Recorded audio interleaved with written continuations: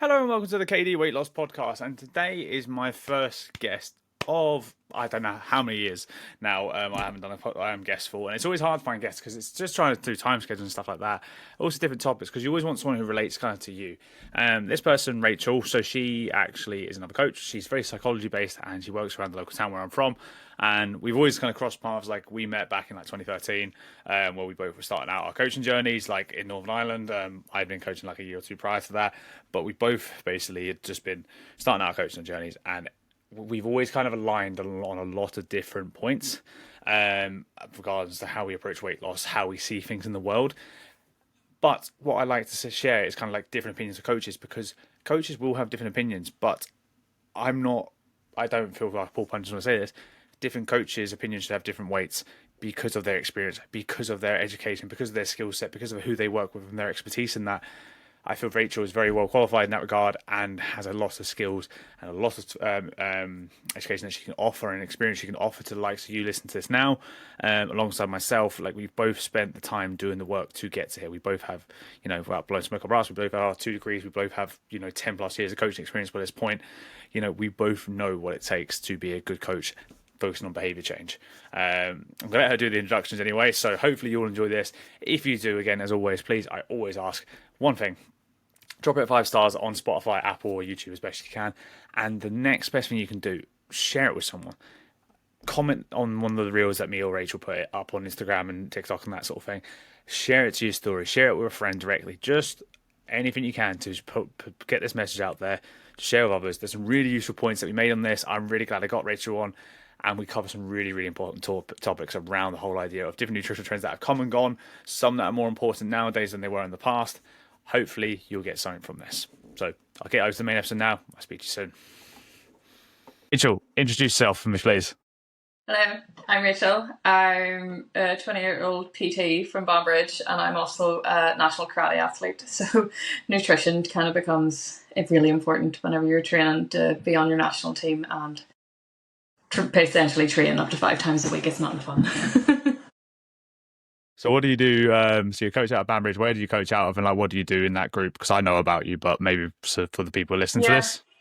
I coach out of Athena. That's based down, and we're based in Banbridge, and we're based in Jamore. And one of the perks with us is that we actually work with a nutritionist as well. We're partnered with one, so it's quite handy. So we work female only gym.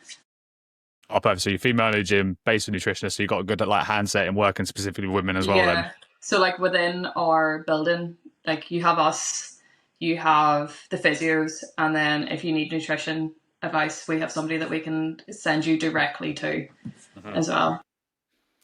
I suppose that's going to come into it because like you're all quite like me. Like, I know in day and age of social media, like you have to be, I'm not going to use the word rage bait here. You have to be a bit clickbaity though, don't you, every now and then to get someone to watch your video. But at the same time, you're like me. You'll say your opinions, but at the same time, you're like, that's just what I believe. Yeah, like that's my opinion. That's it. It's not like, yes, I've covered a bit of nutrition within my qualification and stuff like that.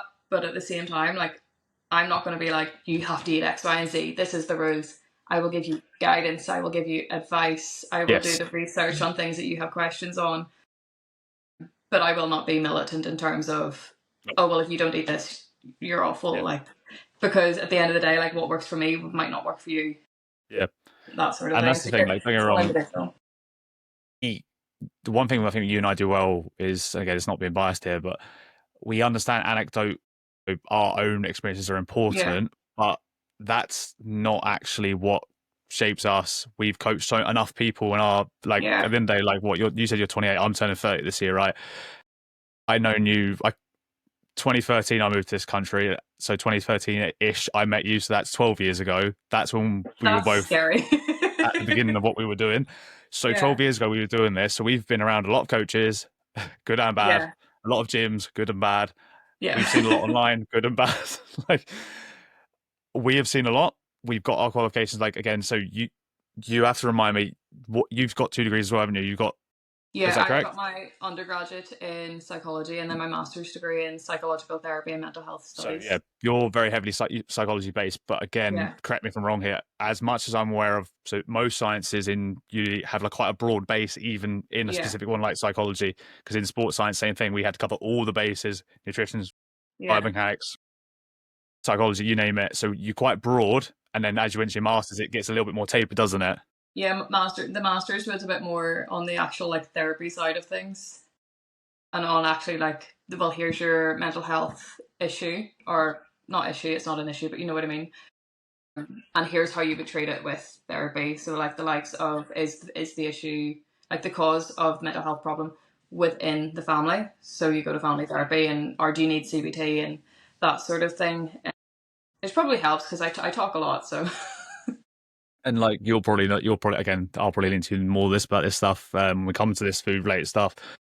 Stuff like CBT is obviously being used nowadays to treat kind of like food, like, but I said I'm not going to use the word disorder for this one, but like food related behaviors as well, because just because you have necessarily a negative behavior food doesn't mean it's a disorder necessarily, but yeah, like there is a lot more to, again, we know calories in, calories out is the be all end all of the base of weight loss, yeah, but that goes far deeper than I just want to lose weight, and you'll be able to attest to that, and that's where a lot of these nutrition trends that we're going to talk about come from. That people have this underlying issue about their bodies, about their eating habits, and their behaviors that actually make calories in, calories out very difficult.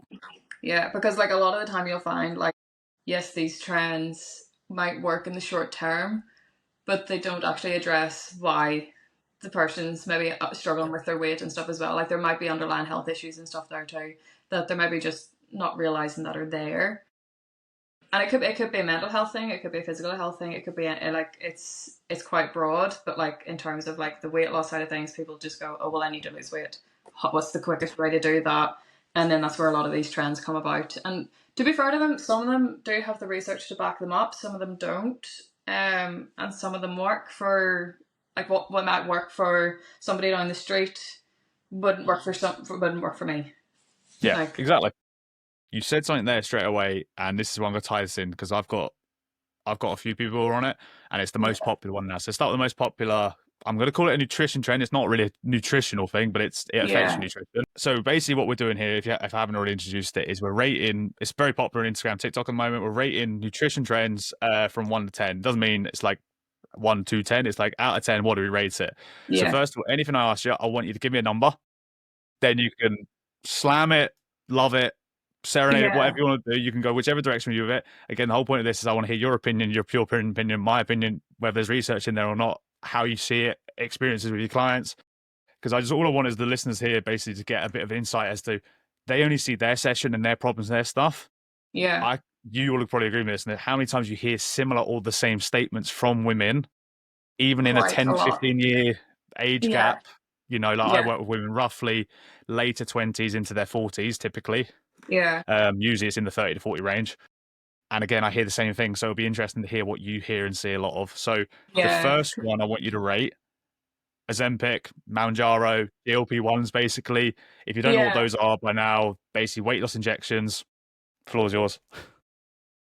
I mean, if you've been recommended it by your GP and you've gone through all the processes and you need it, go ahead.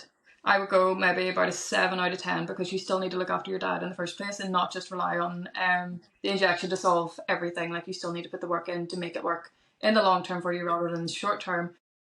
If you don't need it and you're just doing it because you're seeing online that it helps with weight loss, go and speak to your GP. I would rate it a 3 out of 10 then. Okay, cool. So Because you said if you don't need it, if you don't need it, yeah. yeah, So what if you were walking someone through that journey? So again, because you probably had this conversation with a yeah, client as well, and I've had it. It's a hard conversation to have because it does work. yeah, Annoyingly, it does what it says on the tin. It will make you lose weight. It will, yeah. but And the research you're is there because it is a medication for those with diabetes. Like those with presenting with, I know some type 1s on it and some type 2s on it just from doing the research and stuff as well. But like the medication was created in order to help control, hold on, I wrote it down. Help control their blood sugar, and then they have this number measurement on their blood sugars that they get taken every couple of months. That's Yep. called their HbA1c. Now, Yep. I can't pronounce what it's actually called, but I will send you it after. But it helps. It was created in order to help lower that by reducing the likes of your body fat, and it Yeah. then has the tumble on effect for the likes of your heart and all that sort of thing as well. Yeah. Isn't it like, from what again, from what I've heard, the general rule, you said it reduces body fat, stuff like that. The way it Yeah, does that is it's meant to slow gastric emptying, essentially, like, as in it makes you stay fuller and feel fuller for a longer period of time or something like that yeah. through the, what, It has is the it, potential for a reduced appetite. yeah. So So it that's does. the So like, mechanism as to how it's happening, isn't it, essentially? yeah, and like the only reason I say potential for reduced appetite because Yep. everybody's Does more. different. Yep. It's not one size fits all type of thing. So I'm very close to you. So you said, like, look, if you're in the right pathway, you're Yeah, type 2 diabetic. To be fair, I obviously forgot it is using type 1s as well, but I've got a type 1 client, but more of the people I work with will be close to the type 2. yeah. So if you But don't know what mostly type type 2 is, twos that we recommended it anyway. yeah. So obviously, if anyone listening to this doesn't know what the difference between type 1, type 2, type 1, you're born with diabetes. You don't produce the insulin. That's correct. You don't produce the insulin. That's it. Test my brain left. Don't produce the insulin, so you don't have the natural response, and you've got to medicate yourself to basically look after that. Type 2, it's acquired through lifestyle. So poor fitness, poor weight control, lots of factors, but tends to be related to weight in lots of different factors. Yeah, So I agree. If you're someone, it's designed for that extreme population. And yeah, I say an extreme population in that, because the big no-no that I see from Ozempic, and it was, I mean, potentially controversial. Obviously, everyone has their opinion about the COVID jab that came out, yeah. right? I'm not going to dive into that too much, but everyone had their own We're opinion going on to that, stay right? away from that. Yeah, I'm not going to jump into that too much, but everyone had their own opinion Yeah, on that, right? Oh, it was yeah, done too quick. It was done too quick. That. So Ozempic is an off-brand. So they are off-brand GLPs, and not the actual one that were taken from the medical part. They are off-brand companies making this. So yes, it's done to a certain yeah, standard, but at the same time, it's also not fully understood the risks to humans. That's the big red yeah. flag for me. So Like there's still a lot of research being done on it, and it's being updated every single day. Like I haven't seen a research topic move this fast in quite a long time, but there's a lot that's coming out, and like if you've gone down the right paths, if your doctor tells you that you need this, then 100%. But it's the ones who are banning it on the likes of social media or who are banned on the internet just because they've maybe seen on like if they've seen it on social media or if they've seen it on a TV show that this helps with weight loss. This famous celebrity takes this to lose weight. I'm going to exactly. do the same thing, and then they get it through a non what's the word? Verified. That's the word that came to my brain when Yeah, you said that. non-verified way of distribution. You don't know what you're putting into your body. So there was a girl there. I think she was in England, but essentially what she put into her body was pure insulin. It wasn't good. You can. So it was I was eventually actually like she's watching a alive, Netflix. so she's fine. But it So I was was actually it's watching a a Netflix documentary the other day, and I know that's not real, like accurate always, but it's yeah, actually about poisoning, right? yeah. You can die from insulin poisoning. Yes, you can. So that's just to hit your point there. Given something incorrectly, that can kill you. That's perfectly normal in your body, but overdosed, it's incorrect. Um. So yeah, my big beef with the Ozempic part is, and I say this to my clients, right? I will never make a decision for you. I'll inform you as what you know. The Yeah, biggest risk factor we don't know the answer to is there is quite a decent risk that it could cause thyroid cancer down the line, because it's been very strongly shown in the animal yeah, model so far, and it's currently in test in human models. They haven't got the data yet, so there is yeah, no confirming nor denying it. If you are someone who's type 2 diabetic, you are essentially on a death row as it's coming, because your body is deteriorating and toxic at that point. Like, yeah. And if you've if you gotten to do the not point where you treat it. need medication to help you deal with that type two, then obviously there is the benefits to it and stuff as well. Um, but at the same time, you're like it's you can come back around from it. Type two is something that you can, if before a certain point you can come back around, but then Exactly. you can also learn to manage it and stuff as well. And I Yeah. think that's where this is whole come around. But then people have obviously taken the weight loss side of things and the Yeah. ban. And that's the thing. That person who's type 2 diabetic is in a position where they're actually at quite a high risk as it is. Yeah, If they don't make changes, because there are people, aren't there, in this world where like they're so So, for example, you'll see there's people I've worked with before, even one lady I'm currently working with. So she's at the point of being so overweight that walking was painful. Yeah. So it becomes like almost a spiral. It's like, I can't get out of bed. I'm in that much pain because of my weight. So she's type 2 diabetic. So she's now given the medication to aid her weight loss. Yeah. But it's because she's in so much pain, it's actually not helping her lose weight. She's actually just maintaining, which is the damage limitations. So it's like this really horrible cycle. So, and this is where people don't realize where weight gain can get to the point where it stops you being able to be the solution to it, like which is exercise and eating, because you're in Yeah. that much discomfort. So someone who potentially could have risk of thyroid cancer from taking this, actually, they've got enough risks as it is. This is an out to fix the problem that's causing more risks. So that population I understand. As I said, Karen down the road is a size 14, wants to get bikini ready in 6 weeks' time. Yeah. Why would you take that risk? Yeah, and there's a lot of requirements. Like I know, and like any conversation I have had, it's not like none of my clients have wanted to go on it, thankfully. And if they do need to go on it, I will obviously 110% support them and do the research and help them understand that journey and do it in a safe manner. But at the same time, if you don't need to be on it, don't go onto Facebook and buy it. Like, it's if you needed it in the first place, you would have been recommended it by your GP, by your pharmacist, that sort of thing. You would have went down the route, done all the measurements, done all the tests and everything to see that you actually needed it, whether you're type 2 or not. Because at the end of the day, like, this is still a very much under-researched drug. It is an off-label drug, and when people are not using it for its primary intended use, that's where the issues are starting to come in. And I think it's going to make those people who are doing the research, it's going to make their jobs very difficult because there's so much unintended use being done. Yeah. The other thing I saw, and this, you'll probably understand this now. So obviously think of any other, have a diet that's got a name on it, right? So a shake diet or this diet, right? Yeah. What's the issue with that? It doesn't deal with the underlying cause, right? It gets some quick results. They shred fat, blah, blah, blah, blah, blah. They haven't dealt with the underlying cause. So when they go on holiday, they come back, they don't do it. What happens? They balloon up, right? I saw that someone said this, and I was like, it's exactly what it is. Ozempic is doing this at a faster rate than doing it through nutritional means alone. So a nutritional diet where we have quick diets, it's actually accelerating that. So what we're seeing is this cycle of eating, not disorders again, but like poor eating habits where you're not actually fixing that cause. Yeah. And it's happening quicker because you lose the weight and it does it for you without having to, because you don't feel hungry. You're not changing the food you eat. It's doing it for you.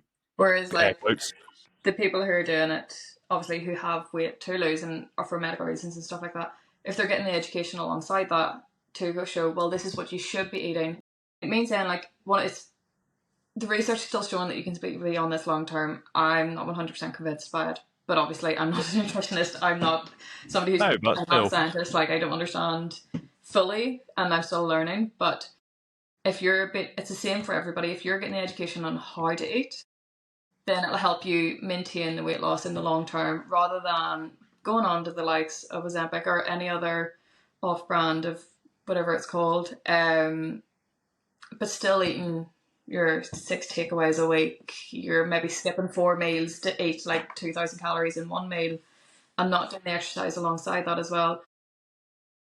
Whenever you come off that medication, you're just going to go back to where you were, and then it's going to spin you back into that cycle because you're going to go, oh, well, I need to go back on it again because that's why I lost weight. But you didn't actually solve the problem. The reason for the Ozempic is to help you kickstart to solve the problem. It's to go, right, this is step one. Whilst you're in step one, you should be going, right, for my breakfast, this is a nutritional breakfast. And then I'm going to have my snack at about 10 or 11 o'clock, and then I'm going to have my lunch. Yes, it is a appetite, I hate that word, repressant, because I can't say it. It takes a lot of brain cells. But yes, it's an appetite repressant, but you should still be learning how to get yourself in a regular schedule and eating to suit your body and your output. So like the likes of if you're going to go and exercise in the evening, then maybe you need a wee bit more carbs so that you have something there to actually burn off in the first place and stuff too. It was with the long-term repression of your appetite, it can also lead to, one of the negative effects is it can lead to nutrient deficiencies. Yes, here we go. Then lead to longer-term health issues in the long run. So that's why the education behind what you're eating is so important. You literally hit the point there. That was where I was going with this. So I work, like I said, the age range I work with women pre to perimenopause, and then 9 times out of 10. Yeah. Obviously, changes in estrogen levels of amongst other hormones. You and I know that straight away there's a handful of changes that can happen to it. So one of the biggest factors that we know is that, well, I remember from uni, still lives with me in this, men are more likely to die through heart-related diseases before Yeah. the menopause. Once women have gone through the menopause, because estrogen is gone, Yeah. the risk based on gender becomes equal because estrogen is protective of your heart. So once you go through the menopause, like that's some of the stuff you could be fighting with. If you add weight loss onto that, which is more stress on the body, with Yeah. no improvement to cardiovascular fitness, that risk is going to struggle more because blood pressure and other related things. You then add the fact that, like you said again, there are people with Ozempic struggling to eat 500-600 calories a day. Yeah.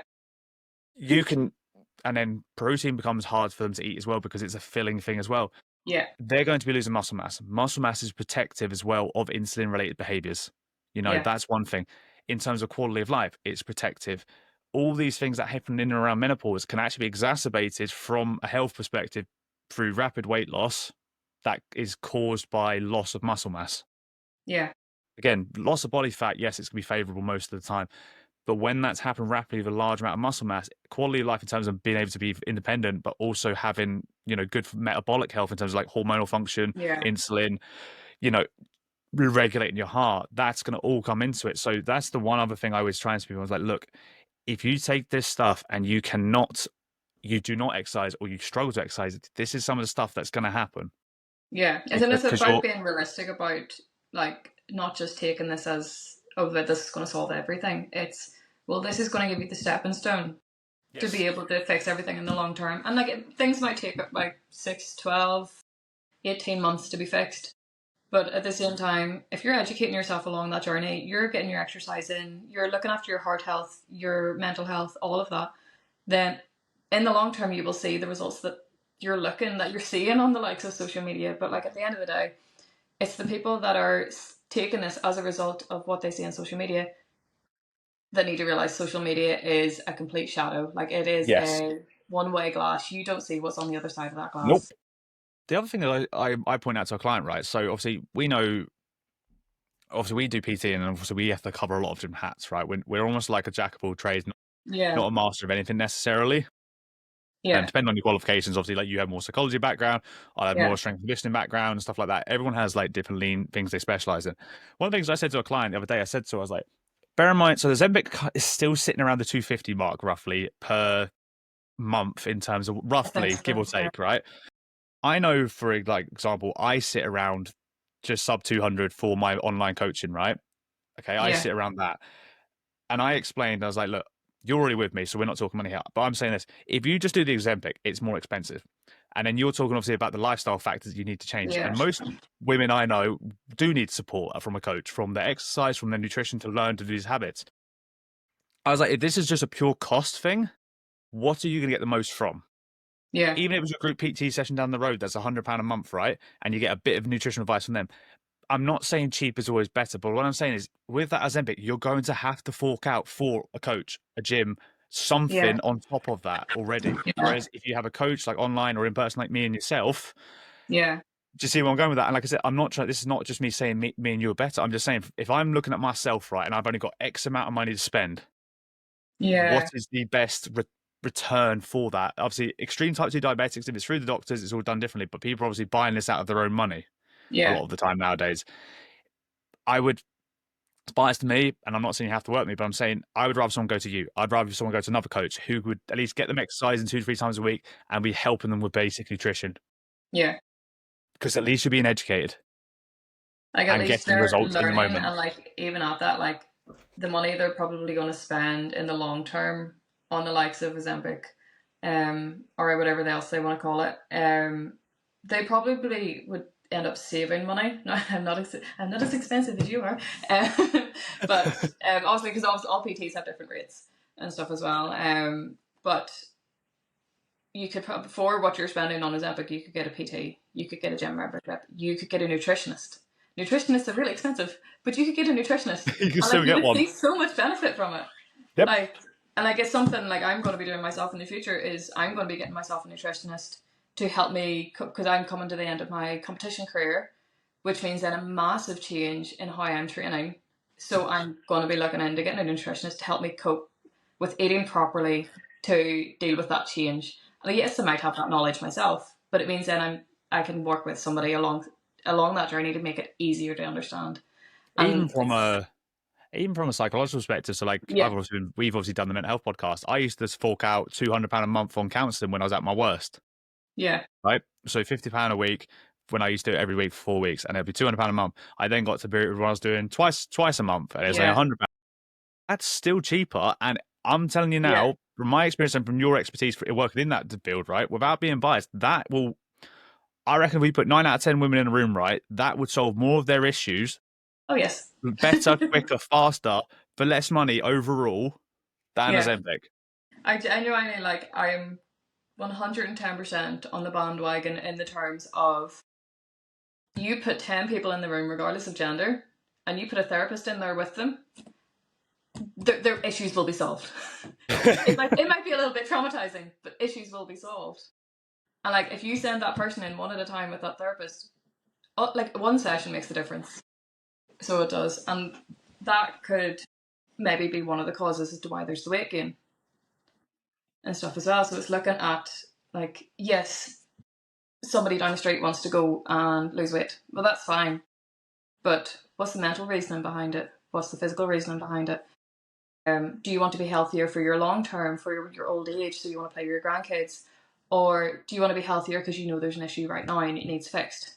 Or is it just because what you see on social media? Obviously, we're all influenced by social media. Like, I can't lie. I'm influenced by social media. I look at girls on the internet and I'm like, Yeah. your back's so cool. Like, that's so cool.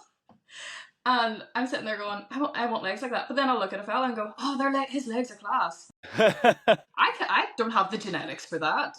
No, But I still want my legs like that.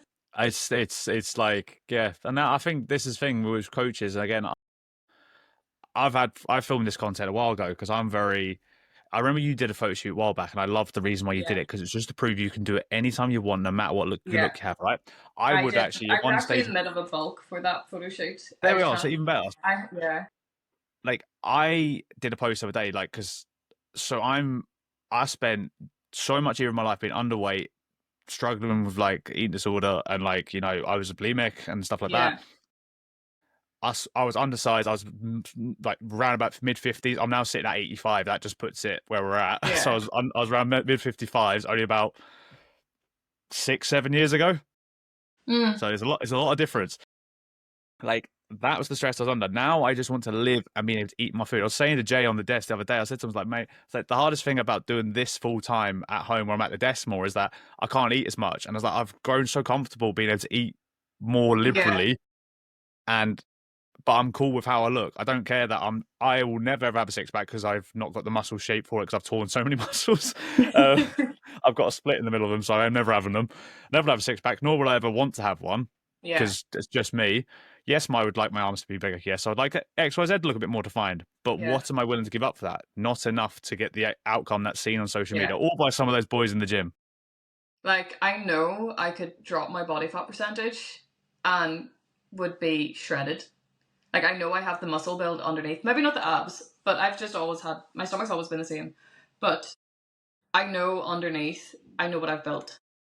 And if I was to go and do a photo shoot in the future, again, maybe I will actually lean down for it and get a little bit shredded and look a little bit cooler. But it's like, in order for me doing that photo shoot, when I did, I had went from being a healthy 65, 70 kilos, which is actually quite healthy for my height and my build and what I do with my sport. I'm heavier than what I actually look. But I had went from being that healthy weight down to about 50 kilos. So whenever I decided to do that photo shoot, I was in the middle of putting all that back on. So I was sitting at about 63 kilos whenever I went to do that photo shoot. I wasn't lean. I wasn't shredded to the nines like you see every single time somebody does a photo shoot. And like, I'm not putting that down. That work is insane. That a round of applause, because that is amazing. But the reason I wanted to step in front of the camera was because I wanted to know, well, I'm actually worthwhile stepping in front of the camera and I Yeah. can do this. Yeah. And it was very much more of a mental thing more than anything, because I was like, right, this is my body. This is how I look. And in order to get to that part, I was like, right, well, this is how much I need to eat. This is what training I need to do. I want to gain weight, which is a whole different side of the internet. As soon as you go on, I want to gain weight, everything's geared towards men. Everything that I looked at was like, oh, here's a mass gainer for men. And I was like, no, but I'm a woman. Yeah. Last time I checked, I'm still female. That's one thing I try and take pride in with what I do with the coaching. Is like, so I take people to keep it off, but then what I try to do is I show them how to actually eat, because you know this yourself. I learned it myself when I put the weight on. You're like, oh, I'm going to get fat. Nope, doesn't work that way. Once you trim down, when you start to gain weight correctly and you start to, because you still eat with intention, by the way. People think when you gain weight, you just eat like an idiot. No. You still eat with a lot of intention. You don't have to track as diligently necessarily, but you still need to have actions and intent with part of what you do. But that's what builds a lot of the bodies and a lot of shapes that people want. Yes, again, we're not talking. I'm not a physique shoot person lover. Like I'm just a normal. I'm the kind of semi-athletic dad body. Cause that's my idea of me. Yeah. With women, again, it's like you know they're a mum. They they like a bit of cake, but they look after themselves. Like that's the type of people I love to work with. Like we're not here to be stripped to the bone, but we're here to be like, I've got a few curves that I like. I've got a bit of shape that I like. I know my weight can fluctuate comfortably, and I'm good with that. And that's what I like to build in people. And I think you get that sentiment as well. Yeah. And it's like a lot of what I work with is about looking after your body in the long term as well, which like nutrition goes hand in hand with that and stuff too. But it's about whenever you get like, and I do have my wee group of ladies that are in their 60s, pushing 70, and they're brilliant. But it's about the reason they come to me is because they want that independence. They want to be able to feel strong and confident when they're out by themselves. Most of the time, it's not about weight. Sometimes it is. But it's also about reversing old trends that they would have learned whenever they were younger. That going, oh, well, I can't eat more. No, actually, you can. You're exercising more than what you would have like 1 year ago. What you're eating a year ago will not be the same as what you're eating right now. And like what I eat will not be the same as what you eat. Yep. And I like one of the days I sat a girl down and I explained to her, and we're just chatting away about food and stuff like that, and she asked me what kind of calories and stuff I was on. And so when I explained to her what kind of calories I was on, to put it in perspective, I train, so I have karate up to 4 times a week. If there's national training on, that's 5 times a week. Countless hours. I couldn't even tell you how many hours that is. But I have that. Then I also have the gym up to 4 times a week on top of that. So I have to eat a lot. Just to maintain my body, I have to eat a lot. And it's difficult, I'll not lie. Like there's times when like I have issues with food myself, and I'm very public about it. Everybody knows, which is why on my social media you never see me share anything about food. But which is why I wanted to come on about this, is what works for Tom won't work for Harry. Like everybody's different. And whenever I explained what calories I was on, she was like, but you're not fat. And I was like, I know. But my energy output has to match my energy input. When I'm burning the guts of like 2,000 calories in one session, and like I had a 7-hour training session a couple of weeks back. I burnt 1,900 calories in 7 hours. It was a heavy, heavy session. And I was training for those full 7 hours because the 1 hour, when everybody got a break, I had to go and do competition style prep. Sorry, there's a magpie and I need to salute. I don't want that. I had, in that 1 hour, when everybody else got a break, I had to go and do competition style demonstrations for the referees to learn at full power. And also add in deliberately making mistakes. So I didn't get a break in those 7 hours, and I was shoveling food in me whenever I could. As soon as I even got 5 seconds, I was like, give me the nutrition bars, give me anything, give me chicken. I was eating not raw chicken, obviously, but I was eating like just plain chicken. Yeah. And just to get something into me. And whenever I said, well, I told my client what I'd eaten whenever I got home, she was like, but then that was a waste burning all that off. And I was like, no, if I didn't replenish what I had burnt, then I'm not going to have any fuel to go to training the next day. And my body, like, it was about explaining about how You wouldn't drive from your house to Tesco without putting fuel in your car. If your car was empty, you wouldn't drive down the road or to Belfast or to Newry or anywhere like that without making sure there's fuel in your car first. So why would you do the same thing to your body? And this is the thing as well. I think this is an important point then to bring it back kind of similar to the viewer as well. Yeah. Especially back to that conversation as well that you just mentioned. Your input of food would change drastically if you stopped karate tomorrow. Yeah. Like, Same as me now. that's I'm no longer sessions. pushing trolleys. Like, I've sat on my ass more. My food intake has dropped substantially. Yeah. Like, Output dictates input. Minimum of 12 hours of training I would be dropping if I stopped karate in the morning. So my output would be down drastically, which means I would need to readjust what my input is. And it wouldn't just be, oh, well, it's fine. I'm training in like an hour. I can make sure most people don't see that part of that. Yeah. How much adjustment would actually need to happen. You have to eat that much because you do that much. Once that stops, like the common judgment, obviously, in the world, football players, everyone sees them. Your Wayne Rooney's, for example, they balloon up once they stop playing, right?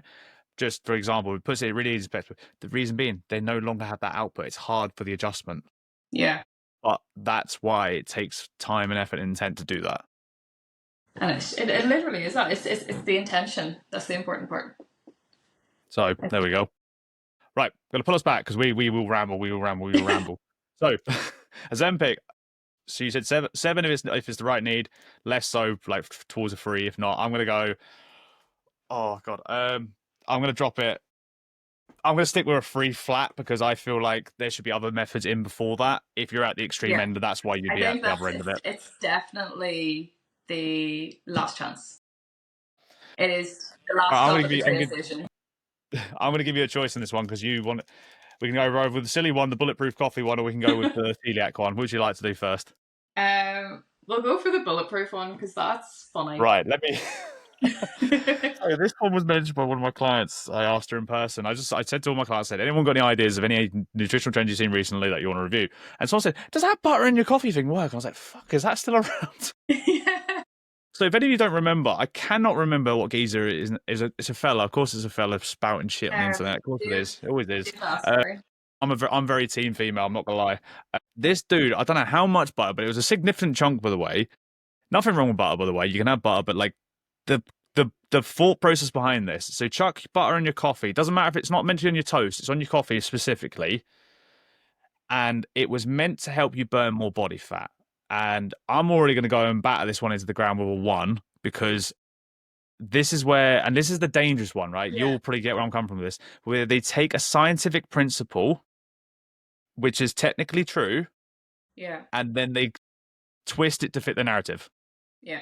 So this dude basically says, you put butter in your coffee, you burn more fat. He is not lying when he says that. So there's a thing where people, nutritionists, they measure your calories you burn by put a breathing apparatus on, essentially, and they know how much is body fat and carbohydrates. I cannot remember the exact method, but it tends to do with like the substrates in the how much carbon dioxide is involved, stuff like that, basically. Anyway, if you ingest more fat and then within the hour afterwards you measure what you're burning, carbs, fats, or proteins, your body will burn more fat. Yeah. Because you've ingested more fat. He does not say that part though. He tells you you'll burn more fat because you've got fat in your coffee. That's making it. It's very similar to the keto argument. The keto argument is a little bit better in this because it's got more grounding. But it's how people abuse the keto argument. But basically, you burn more fat because you put fat in your coffee. You're going to burn more fat long term. Yeah. I'm calling it 1 straight up, and again, feel free to jump in when I say this. The reason being is 1 hour post-eating does not reflect anywhere near 24 hours post-eating.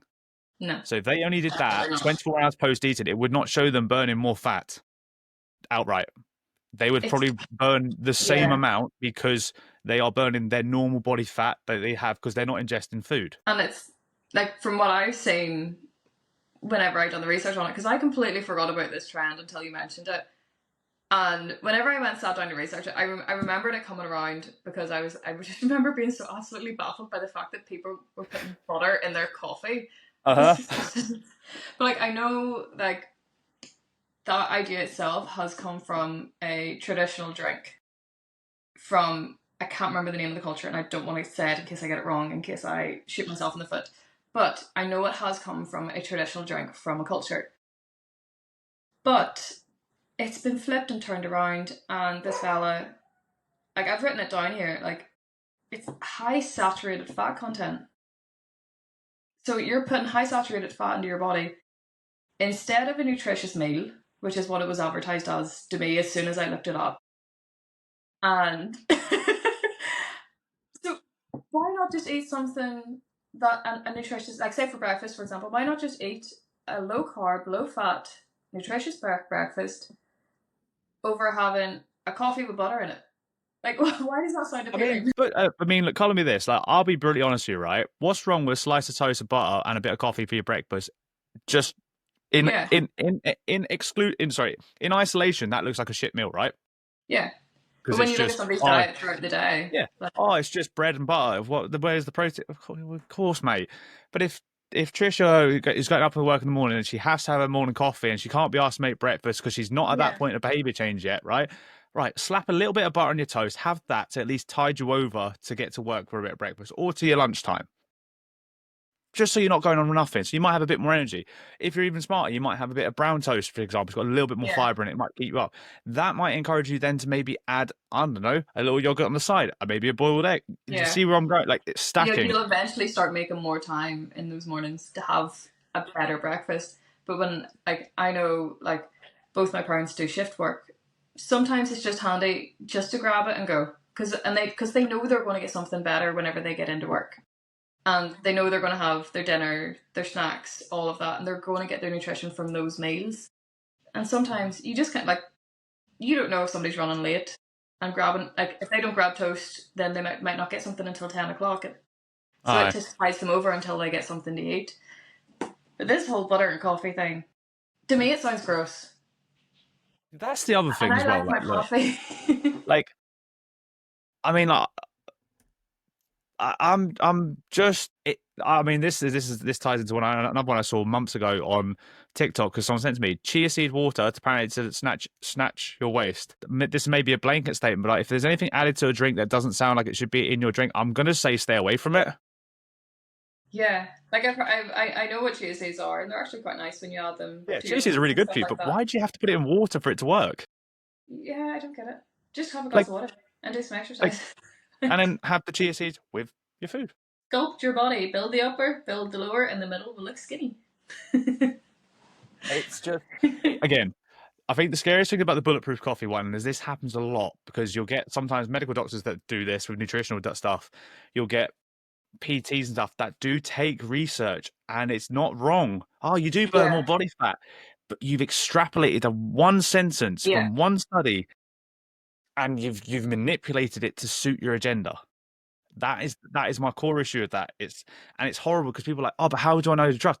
Sadly, you don't fucking know to trust. Unfortunately, what counseling taught me is to learn to trust someone, you have to try to trust them and then figure out whether you should have trusted them. And if something's a red flag or coming up as a red flag, believe it. It's there. You're getting a gut feeling for a reason. But if somebody's taken one singular research paper and taken that as the Bible or by law or whatever, I don't want to offend people, but if they're taking one research paper and saying that's the truth, the whole truth, and nothing but the truth, what about the 20 million other research papers that were done on the same topic? Yeah. You like, cannot. Even my thesis for my master's degree, I done on diabetic bulimia, which focused on type 1 diabetics. I couldn't take just one research paper for that. I had a minimum, because I can't remember all of them, I had a minimum of 20 research papers just for the first half. The other thing you're going to know this, and this is where the biggest red flags. So someone said, "Oh, because there's now this research. There's now this argument that research isn't trustworthy." No, the people interpreting it aren't trustworthy because you learn what I would have learned in university. There is a hierarchy of evidence, right? Yes. I can't remember the exact one. It's like, for example, it starts with anecdote, then it's like a case study, then it's like a pilot bit of research, which is one small study with like small participant group. Yeah. Then there's maybe multiple case studies, and then it basically filters up to the very tip of the pyramid, which is the best, which is a meta-analysis or systematic review, which basically is they might take 20 to 500 studies, assess them all for quality of how good the research was, how good the study design was, who the participants were. Does it extrapolate to the world? and then review the core message based on the quality. So it Yeah. says, one, is this shit research or not? Two, was it done on enough people? Three, does it represent women, men, black, Yeah. white, Asian, American? Like, does it? They'll do all these different things. Then they'll summarize the message. That one can be trusted more so, and still, it's with any research. Research is always developing, so people can change their opinion in 10 years' time because the research has evolved. Research is valuable and it does tell us a lot, but people do not know how to read research. I know people No. who did my 3-year undergrad who still didn't understand that. Yeah. Like, and There's people in my master's class that just like there was very few of us that done a systematic review. I was one of them.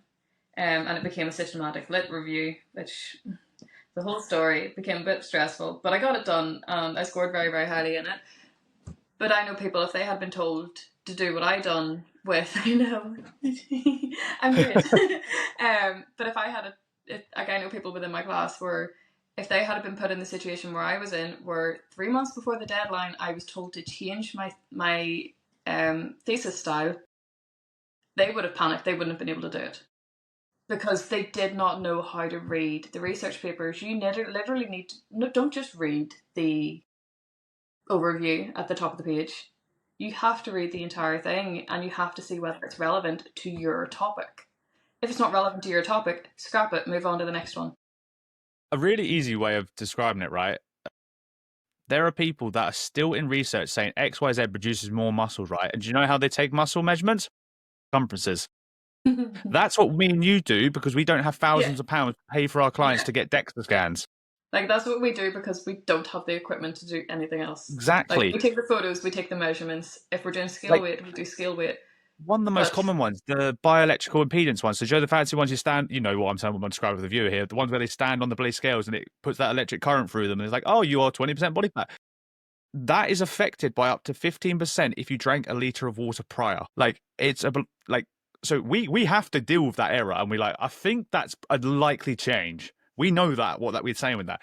But if Bill and Bob down the road, right? If Bill and Bob down the road just read that and be like, oh, but I'm now 10% body fat less. It's like maybe 2 to 3, given the error, maybe. Yeah. And that's where it comes from. So, yeah, that's some of the things we have to kind of deal with. And I think not everyone does very well. Do you know what I mean? With research. And I'm not saying I'm better than others. There are people way smarter than I. Yeah. When I read research and when I have to read it, I don't extrapolate a point to fit my agenda. No. At the end of the day, the research for me, 9 times out of 10, is more just understand functions of the body, So that's my bit on butter and coffee, I'd say. Like, I don't think it needs to be it's hard to know who to trust, but don't trust someone who's taking a point and stretching it to sell your product, basically. Yeah, it's like taking you can use the Bible if you want to, but it's taking one line out of the Bible and believing that whole thing without reading the whole story. Yeah, there we go. I can't say I've read it, but if I did read the first line of it, that tells me about all of it, though. Yes. Right, the circle back. So I'm giving that a 1. Just case in point. I don't even think it rates. It's not research backed, in my opinion. It's not enough research backed for it to be relevant. Right, this next one you're gonna have better insight than me. Gluten-free without being gluten intolerant / celiac. I know there's a difference, but this one introduced me, and I want you to kind of swerve me around here. A couple of different branches. You have your celiac disease, which is gluten is a big no-no. It does damage to your intestines, and it's not it's when you get gluten, it's not a nice experience. Is it? Am I right in saying, is this one like not a central nervous one, but it's like your actual nerves are getting damaged from it? It's an autoimmune disease. That's the word I was looking for. Yes, sorry, yes. So celiac is an autoimmune disease. There's a lot of there's complications that come with it. It is a lifelong thing. There is research out there for people saying that it's not a lifelong thing. Give them a couple of months and ask them how their intestines are doing, because that's not good. Because it does damage. And my brother's celiac, along with being type 1 diabetic, and whenever he gets gluten, he's wiped for days. It's not a good experience stuff for him. Then you have the people that are gluten intolerant, so then it becomes an allergy. Okay, right. And it's similar to somebody being dairy intolerant and that sort of thing. Like their body cannot tolerate gluten, but they're not necessarily celiac, so you don't really have to worry about the cross contamination. Whereas So with is it, sorry, just this may be it's simple in okay. my brain. So the one who's intolerant, they can actually have it. They'll just have to deal with the bad consequences that come with it, but it's not long-term harmful. Yeah, it's more so there's not as much long term effects, but it's also they can manage to consume small portions Okay, cool. Yeah. of it. So, So like so there's a, they can yeah. tolerate small portions of it. And then you have the trend followers. Yes. So you do. So you have celiac, you have gluten intolerance, then you have the trend followers, which then end up with a gluten intolerance. Yes, because this before we got on here, you was telling me this, and I'm glad you brought it up. People who follow this trend of eating no or less gluten, Yeah. they're at risk of becoming gluten intolerant. Yeah. And it's just purely because of they're taking a substance out of their diet. So it's Okay. not saying it's a bad thing. Like it's not necessarily a wrong thing to do. Some people just can't tolerate gluten, and it shows up in the likes of bloating, gastro issues, anything like that, skin issues and stuff as well. You'll see the skin issues mostly with people who are fully intolerant to it, or slightly intolerant as well. My brother doesn't really have skin issues as such, but he would have weight issues with the celiac side of things, and it's just more so because it's very high in calories. It's also very expensive. So why you would want to put yourself on that willingly, I don't know. Yeah. But I am biased because I know how difficult it is for my brother. So I will fully admit that I am biased. I'm not an expert on it, but I have done the research to be like, right, what is going on? This isn't right. And I know people who have went gluten free and followed a gluten free diet because of bloating and that sort of thing. And maybe they've lost a bit of weight and stuff from it as a plus. But in the long term, they can't tolerate gluten anymore. So I suppose here paint the picture. So the perceived, and again, this is not medical advice, and I'm not encouraging people Yeah, to. Some people will experience less bloating because they yeah, might be gluten intolerant and stuff like that, or sensitive to gluten. yeah, Just because, again, I know with women, bloating is very common, and there's lots of things, menstrual yeah, cycles, there's PCOS, there are millions of different things that can cause bloating, right? Without any complications there. This does not mean this is obviously your solution, but however, some anecdotal evidence is showing that basically people who have taken it out of their diet, have managed to reduce that bloating, but then again, at the yeah, cost of the fact that this small period of bloating they might get for a week or so, or a few days every now and yeah, then. Again, I'm not downplaying that at all. But they're then also then having to, again, financial cost is quite high. The bread is still around 250 to 350, for example. yeah.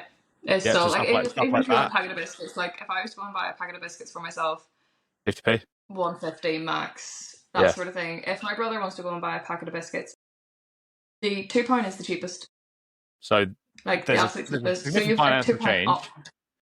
Yeah. Yeah, And I know you'll get the ones who are swearing by it. They'll be like, oh, we need to eat more of this stuff, more of that stuff. I agree we can all eat better. But when I want a yeah. pack of fucking biscuits, I want a pack of fucking biscuits. You know, like I Like don't I'm want to gonna have to have be, my chocolate digestives. yeah, I don't want to be paying a premium for that if I don't need to. No. If I need to, again, my old boss, I think she was celiac. Yeah. I'm near confident she's celiac. She couldn't have gluten, but it was the autoimmune part. I think she was celiac. But yeah, again, she had no choice. It had to happen. It Yeah. Again, we've discussed this, Like and this is where the other argument in outside the health benefits, right? If there are any in regards to it, what is the barriers and the cost to your everyday life? The barriers and cost to your everyday life is yeah.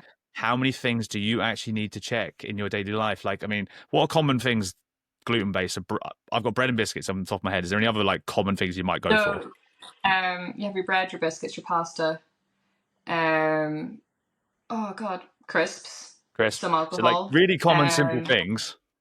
Yeah. So And like what do I have sitting on my table? Uh, oh, minstrels. I have minstrels.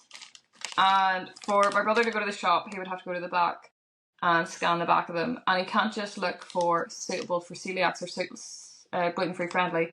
He has to scan every single thing in this. So there is a whey substitute, and he can't have this. But he could go and get a different bag, so the same product, but a different bag could be made in a different factory, and he can eat those. Oh, mate, no. And they will have no gluten in them. Whereas these ones say they have, I can't pronounce the second word, but they have a form of whey in them, and he Right. can't have them. So he has to be really careful with what he actually eats. And I'm trying to think, like, from a weight loss perspective. So as a bloating, the only way realistically it's really affecting your weight is that you reduce things that are easy to overeat, like bread and pasta, right? But if you're substituting it for gluten-free, are they similar calories, do you think? No. Are they quite different? No.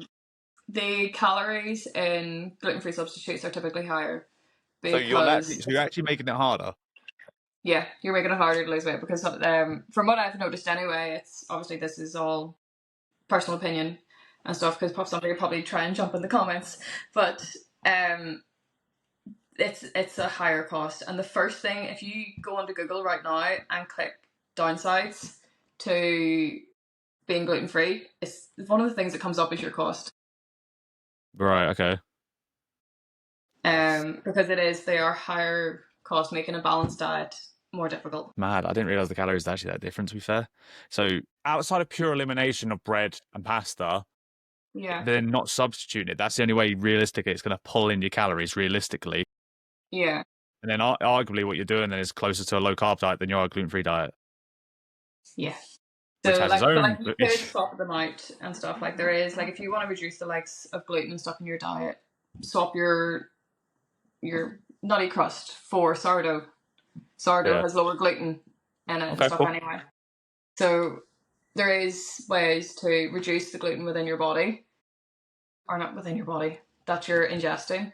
But at the same time, there is negative side effects to going on a gluten-free diet due to the higher calories and stuff in it, and also the nutrient deficiencies that come from lacking your fiber, your iron, your B vitamins, and your calcium as well, which would naturally be found in your whole grains, which you can't really have. So there's a few deficiencies that come along. Okay, so what would you, someone who's not needing to be gluten-free, going gluten-free, what are you rating it? I think it's very individual. It is very, very individual. Because I am biased, I probably would go about a 4. Still higher than Ozempic, but yeah.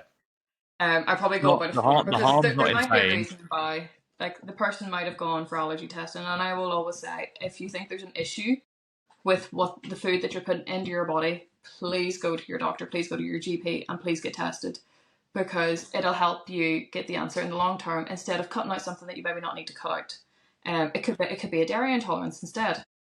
It could be anything. Like if you look at the food that you're putting into your body and you automatically go straight to gluten, well, look at the rest of the ingredients that's in that item, because it might not necessarily be the gluten. So always, instead of just going straight off the bat, cutting something out of your diet, if you're that concerned where you feel like you need to cut it out fully, go to your GP and go to your doctor, because that's the only way you're going to go and get true answers. And I know our NHS is so full at the minute, but if you know, like, it is worthwhile. I myself am going to get tested soon. I have to get tested because my brother's celiac and my grandmother was celiac as well. So you potentially... But I don't have any reaction to gluten, but I do have the fatigue reaction. So I do have the tiredness. There's potential for something under the surface, but not necessarily straight up that.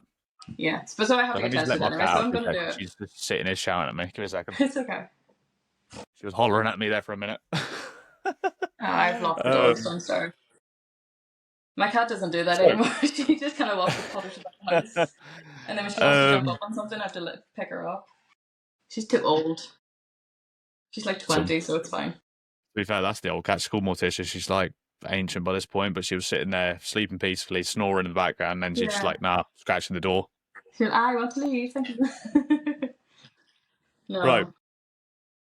We've done Ozempic, we've done butter and coffee, we've done gluten-free. I'm gonna go air fryer, because I don't think we'll spend too much time on this one personally. Okay. But how do you say air fryer, by the way? Air fryer. Oh, you're not too bad. I heard the other day, air fryer. The only reason I hear that as well is obviously... It's fine. Yeah, obviously anyone who's from the area in this area will know. Obviously, Sean Casey's like the daddy of air fryer He is the out here. CEO of air fryer. And Yeah. do you know what? This is the only knock I'll ever give an air fryer, right? Because we've got an air fryer for all the kids and all that in the house, right? Even with the 2-tray one, you know, It's it's not big handy. enough. It's like, so we've got 2 trays, handy and quick and easy and all that crack, right? Yeah. Fantastic, that sort of thing. If you're trying to do family meals, though, there's never enough fucking room. Yeah. I feel like that would be like one of my only bones of contention with an air fryer is just space. Yeah, like they're fantastic. I know you can get bigger wrong. ones, but they're expensive. And this is the thing, like again, I love some of the things that Sean puts out there. I like his message in that he wants to make things easy and simple. I love that, personally. And he does. Like, I have had quite a few clients that have come to me that turn around and go, actually, I don't need nutrition advice because I'm following what Sean has said. And I'm like, you're taking my job away. But like, at least I know they're eating something good. Yeah, that's like, the thing. You know when they go to certain people and influenced by certain people, they're going to be in a better place. Yeah. And like, it's research backed. He knows what he's doing. He's hit the market at just the right time. And he's bloody brilliant at what he does. Like, genuinely, 10 out of 10. I know him from school. He was in school with my brother. And he, like, genuinely, he's done really well for himself. And see, pulling the whole air fryer cookbook. My mother has them. She downloaded them. Like, she went and bought them. And I was like, Teresa, I already have them because I bought them the week previous. So this is the thing. So like again, I'll probably put it at solid 8 out of 10. The only reason I give it less is because I work with families a lot, and like they're useful as a tool for a family. But what I tend to find is that when they're trying to do bigger family meals, they don't tend to be able to get everything done in the one thing. So all it is from a logistical perspective, I'd say no. Oh yeah. Go on. There's like, because I know whenever we cook, like if we have my brother's girlfriend here, so there's 5 of us in the house. Sometimes it can be a bit annoying in terms of size, like getting everything cooked at the one time and that sort of thing and stuff too. But otherwise, like, genuinely enjoy it as how handy it is. Like, I know I can go stick on. I love chicken skewers, so I'll whack in the chicken skewers. I'll go away, do whatever I need to do some work on my laptop, come back, and they'll be cooked to perfection. And I don't have to worry about flipping them over because I've got a wee tray and everything. And they're brilliant. It's so handy. That's the thing. I think because I want, and this maybe just touch on this. Like, I'm a lazy coach in that I live life realistically. Like, I'll work sometimes and do so much for the kids and do shit throughout the day that food could be the furthest fucking thing from my mind that I want to cook. Yeah. Just because I'm a coach does not mean I enjoy sitting there cooking for 40 minutes. Fuck no, do I? Yeah. Air fryers have, like everything else, it doesn't need to be marketed as high protein or that. Like things that are offering high protein aren't marketed as high protein, by the way, you know, your normal chicken or that. You can fire a really decent meal into an air fryer, right? With all your nutrient bits that you need there, with like the veggies can go in the microwave or on the hob while you're doing it. You can throw your protein, your carb in there. You can literally build the meal in the air fryer, throw it all together, under 15 minutes, bang, done.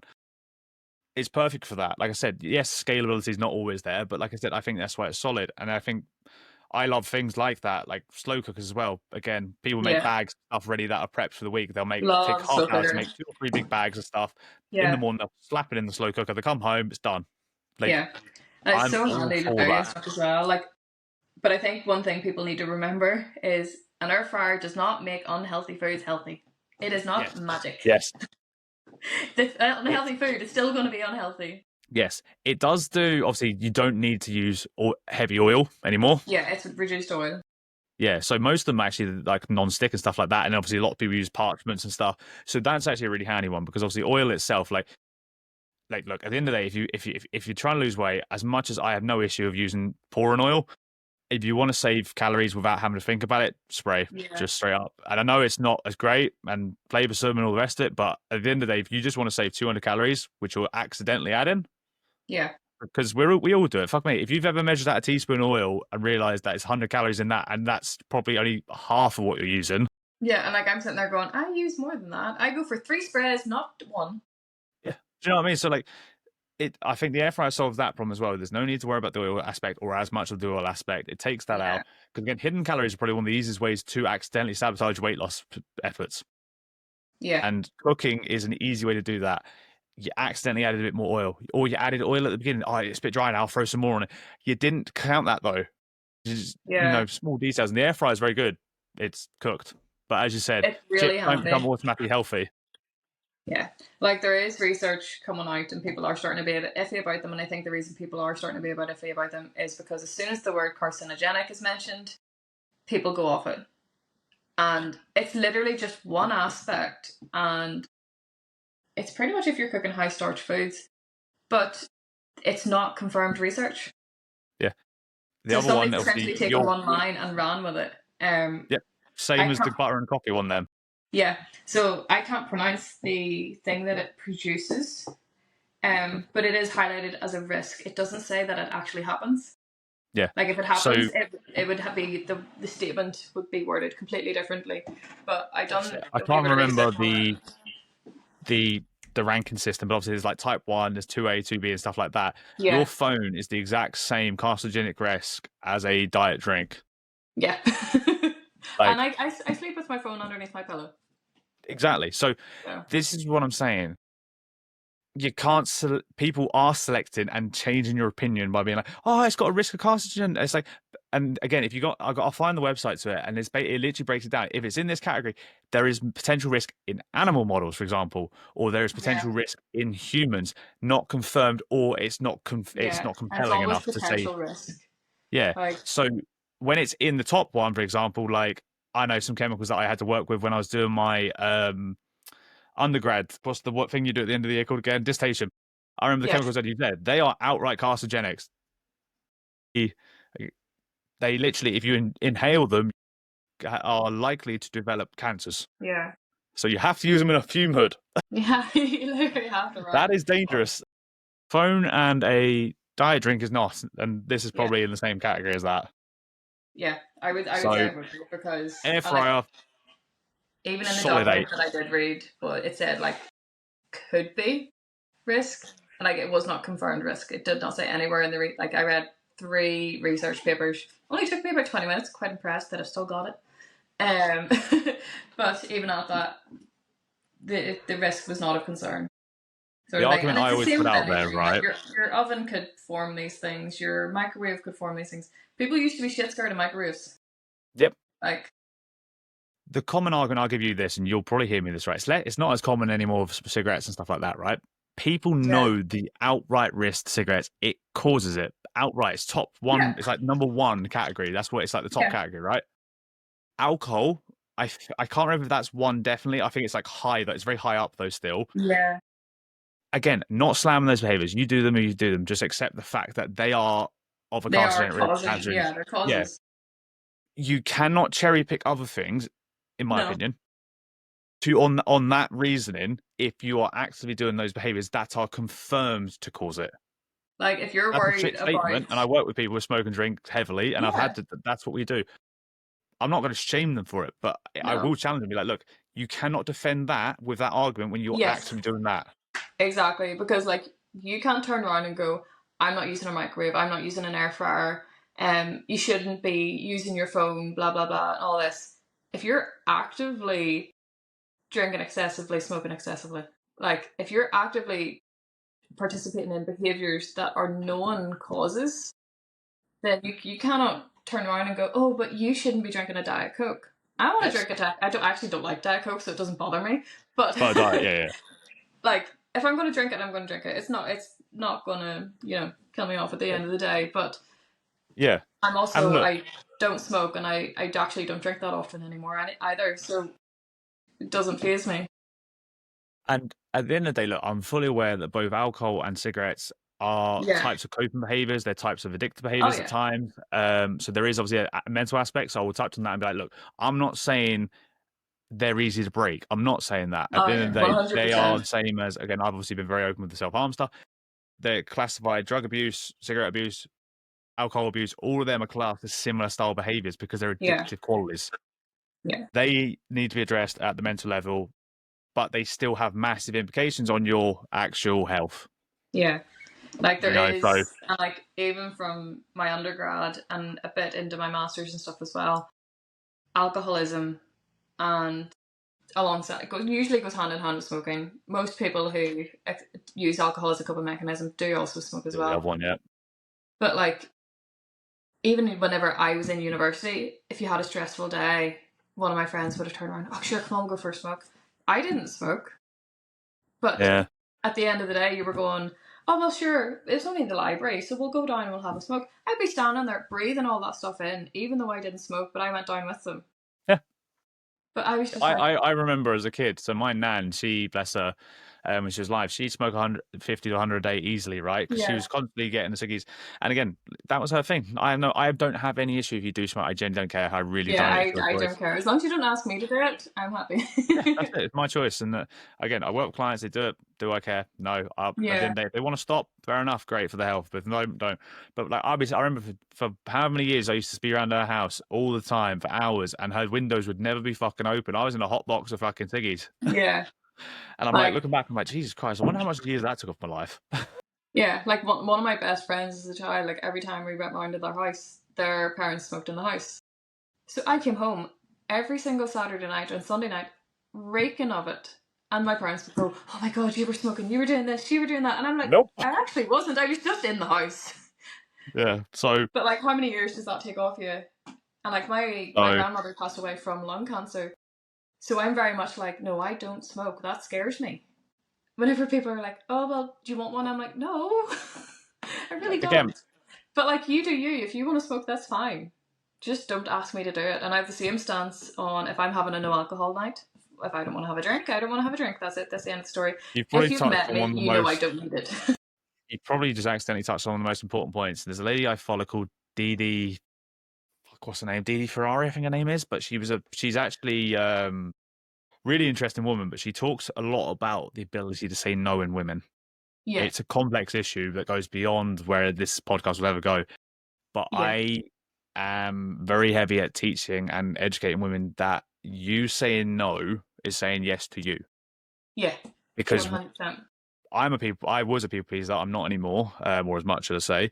But women have been known to be more of that type of category just because the way society's been bred and shit. Like we're going into way more complex things. But anyway. Literal like history. Yeah, so literally being bred to be more saying yes, yeah, doing what others expect of them because they are the mother of the household and all that sort of crap, right? Yeah. I don't obviously believe that crap. I'm just saying, but it's a fact of what has happened in this world, right? I said, so let me cut my words. I don't believe in that, as in I don't believe that's right. I mean, it is existing. But the point is, it's not one of your processes. Yeah, like it's a hard thing for women to say no, and whereas alcohol, food is where this comes into now. Yeah. At the office, oh, just have a bun, and then you say no. It's like, oh, you're doing that healthy thing. No, eating normally is normal. Eating healthy is normal. It should not be shamed. You saying no should not be met with judgment either. And if it is, that's fine. That's not on you who's making a positive choice for yourself. That's on the other person, because the amount of times I've heard someone say, but so-and-so thinks that. I know that's hard in the moment to deal with because someone else's perception is affecting you. But that is not your job to please or appease that person to make no conflict happen. Just because I'm saying no, you should respect me as a human being. If you don't, from my perspective, fuck off. But from their perspective, more naturally, like, I don't like how you're being here. But I think it's a very important point.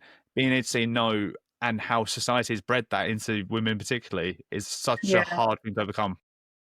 And like even where, like I remember I used to volunteer with Diabetes UK and being at Balmoral, and I'm sitting behind the stand. One of the other girls the other girl was type 1 diabetic who was with me, and there was a fella standing there with us as well. So there was 3 of us at the stand. Now I was in a wee world of my own. I was about 17, so I was not paying attention to anything that was going on. But this girl was having a hypo, so turned around and was drinking a bottle of Coke to bring her blood sugars back up because she knew it was going to bottom out. Please don't think where this is going. So the fella who was on the stand was also going hypo, so that's why I was there, because I was like, no, somebody needs to be here, because the 4th person that was with us was away off to get the medics, because one of them was about to drop and we couldn't figure out which one, but we were trying to get their blood sugars back up as soon as we could. Fella comes up to the stand and turns around to the female who's with us and goes, oh, gloves, you really don't need that now, do you? Oh my God, I knew it was going to be a... And meanwhile, I'm standing, but don't believe why you're diabetic, honey. And I was just like, I'm not diabetic. Oh. we're an information stand. If you want information on diabetes, ask us, but do not insult the people standing there. More specifically, he ignored the meal, who That is. was actually prime position. He would have seen the meal first, drinking the bottle of Coke. Me and the other female were at the back of the stand because she was worse off. And we were just like, no, that's not how you get diabetic. No, that's not. That's Not the through. treatment. Especially type 1 diabetes as well. Like, that can You know happen what? through Yeah, being that's born with it or shit freaking education. yeah, like if you can get it through a viral infection, if it attacks your pancreas, unfortunately it is one of the weakest organs in your body. My brother got a viral infection whenever he was 7, and that's how he ended up with type 1 diabetes, because it attacked his pancreas and went undiagnosed for so long due to doctor's issues. But that's besides the point. But even at that, like, Yeah. turning around and going, that's why you're Honestly. diabetic. No, it's not. Honestly, like, if my girlfriend listens to this, she'll know how much she'll agree with me when I say this, right? So we walk around, right, and the amount of times she'll be like, I can't believe a man just did that. I'm like, and I'm sitting there like, I fucking hate men, I swear. Yeah. Like, I'm very, like, I say anti-male, I'm not like that, but I know what I am as a human being, as a man, right? And Yeah. I work with women, right? So one of the biggest things when I work with women, right? Don't blame them, by the way. I'm a man giving women advice about women's issues, right? Yeah. I'm very aware of that, as how Yeah. abrasive that is, You're which is aware why a of lot of the your stature, like you're aware of your position in giving that information, and yeah, if it was the wrong female, it can be seen as and this is mansplaining. the thing, and that's why I said, I But know there's one or two bits of content where I did it, and I was like, I know this can be really abrasive, but I need to say it. And I remember I called it out once, and I remember I got quite a lot of support for it, because I said, look, maybe a bit graphic, but I used the analogy of a real life thing. I was like, I had a female nurse for when I had to have my stomach looked at. yeah, She does not have a prostate. I would not judge her based on that. yeah, She had all the skills, the expertise, the experience who do her job. And I said that about me being in a position, I don't have female goods, I don't have female problems, but I've spent however many years around women, listening to their yeah, problems, common issues, and then designing things to fix their problems, yeah, understanding and expanding my knowledge into psychology to understand that this goes beyond eat more, eat less, and how it affects over their menstrual cycle. I've gone through that. I've done the 4 years of uni to do that, you know. yeah. Like, you have the qualifications there to back you up, And and again, you've of done course, your at the end of the day, I research. know as a guy, I will sometimes be just shunned off because of that. And I don't blame people, because Yeah, men like the one you've just described exist. yeah, exactly. Like, and it's not to go into probably going into a different whole branch, but it's not all men. But there's just that one person that makes that female feel like it is. That make nearly all men's fucking. I don't blame them. Like, honestly, Oh yeah. there are so many men out there that I've seen. They are very predatory in how they advertise to women in terms of what they do, in Yes. terms of the advice. They're very disregarding. They invalidate women a lot. Like, I talked in my last podcast, I think I posted the say about how much people can invalidate just your own experiences. And in Yeah. women, I think it's so much more important to validate their experiences, because they will invalidate themselves. Oh, but I'm Yeah. not. My problems aren't that important because I've got a family and I've got this. No, you are important. Like, you on the other end of this are important just as much as everyone else in your life. Yeah. If you're not looked after, you ain't looking after anyone else. Like, Like, you need to prioritize, and it's selfish, and it goes for everybody regardless of gender. You have to put yourself first. You can't put someone else's feelings ahead of your own, especially if you're the one being damaged. And it's not selfish.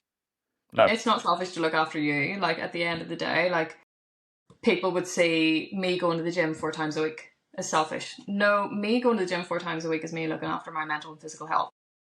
And I'm allowed to take up the space to do that. And surprisingly, it's not always the men that are the issue as well. fair enough. Like the story I told you previously about my tripod being knocked over in the gym was a female. Yes. Like, Do it you know was a what? female. I will be honest. I genuinely thought it would have been a guy, because I was like, that's such a dude thing to Oh do. yeah. Oh no. Anytime I've had my tripod up in the gym, because I record mostly for form, but sometimes I like to share what I do. It's been fellas have moved around. And it's very rare that I experience somebody who's actually been like, oh no, that's in my way, can you move it? Usually I'm the one to move it straight away, because I know when I'm in someone's way. But I will just put it in such a discreet way that it's not in anybody's way and stuff like that. And the same happened on that day whenever it was knocked over deliberately. It was not in anybody's way. but it was still ended up being knocked over. And I was like, okay, somebody's got an issue and it's not me. So like it annoyed me in the moment, but afterwards I was like, actually, that's not my problem because clearly they have something going on. Do you know what? I actually think that's probably not a bad actual ending to where we're at, to be fair. Like, we've actually looked at quite a few different ones there. Yeah. And I think that argument again of just taking space. We've done the mental health podcast and we talked about this a lot. But you and I will dive on this hill probably that mental health will come into this time and time and time again. Yeah. Be comfortable upsetting people. Be comfortable being uncomfortable with the changes in your body, the changes in how people perceive you, for choosing your own behaviors and your own actions. Yeah. Because one of my clients who's actually finishing up with me this month, the best thing about she's told me is her husband. He's the most supportive man throughout all of this. He reaffirms her, reassures her on all her worries and stresses, and then she feels she's able to process that with him before she even comes to me, because he wants her to win. Yeah, and it's good. It's brilliant to have that relationship and stuff as well, because you're putting yourself in the best position possible to improve. If you can understand what is going on in your head, and if you can validate how you're feeling, like, and I say this to my athletes that I coach as well. A lot of the time they come off the mats crying. That's fine. You're allowed to feel your feelings in the moment. After the moment, figure out why you're feeling those feelings. Once you've figured it out, then put a plan in place to attack those feelings. Yeah, but that's the most the important thing responsibility is, you have. You're allowed most to feel the important statement feelings. of all is feel it. Like you are completely valid in feeling how you feel. So me being annoyed in the moment by somebody knocking over my tripod, that's fine. Somebody knocked over my tripod. There was no cause for it. Maybe I was in their way and I didn't notice, but at the same time there wasn't reason for it. Afterwards, I was like, that's annoyed me. It's fine. Move on. I've also been brought up in a sport where it is hypercritical of your body, and to dealing with comments of people going, oh, you're hardly in this weight category. Surely you're in the heavier weight category, because I'm a naturally muscular build compared to some of the girls that I would fight. It's dealing with those type of comments and being like, right, that's comment has annoyed me, but I'm not going to make it my life. I'm not going to let it run everything that I do, everything that I see, what I put in my body, how I treat my body. I'm going to be like, right, that comment annoyed me, but this is how I'm going to deal with the comment instead. And it's about allowing myself to feel valid. Yeah, awareness of the comment, awareness of the thought, but the thought is not a fact. Yeah. At the end of the day. And you accept that, and then you make, like you said, a decision how to treat that afterwards. You can hold on to it. That's fine. If you choose to do that, that's cool. But also be aware of the outcome. Yeah. Is it something within your control? That's one of the biggest things I always ask. No, okay, don't waste energy. If it's not in your control, you're costing your own self there. So look, I know you and I both need to get ready to get going soon, so I don't want to take up too much more of your time. And I am busting for a loop, by the way. I'm probably going to another meeting as well. Shameless plug. Do you want anyone to know where you can find you? You can find me on Instagram at 2_rs.fitness. You can also find me and the other girls that I work with all in Athena. So if you look for Athena Athletics on social media, you'll find us there. I also work with an amazing team of physios in Banbridge and Jamore Physiotherapy Clinic. 10 out of 10, if you need anything sorted, go to them. Love them all to pieces. We have a really good team down there. I'll try and get those links in the notes as well, actually. If you end up being a client of mine, you get 10% off. Say you're welcome later on. Yeah, so the physios get a client, I get a client, everybody wins. Perfect. Well, look, I'm not going to lie. I'll have to get you again on in the future, because every time we have had a conversation, it always goes somewhere where I'm like, this is why we talk. Yeah, there's another branch. So look, what I'll do there, Rachel, is I'll press pause on it now, so we'll come out of it. For everyone else listening, thank you very much for listening, and I'll speak to you next time.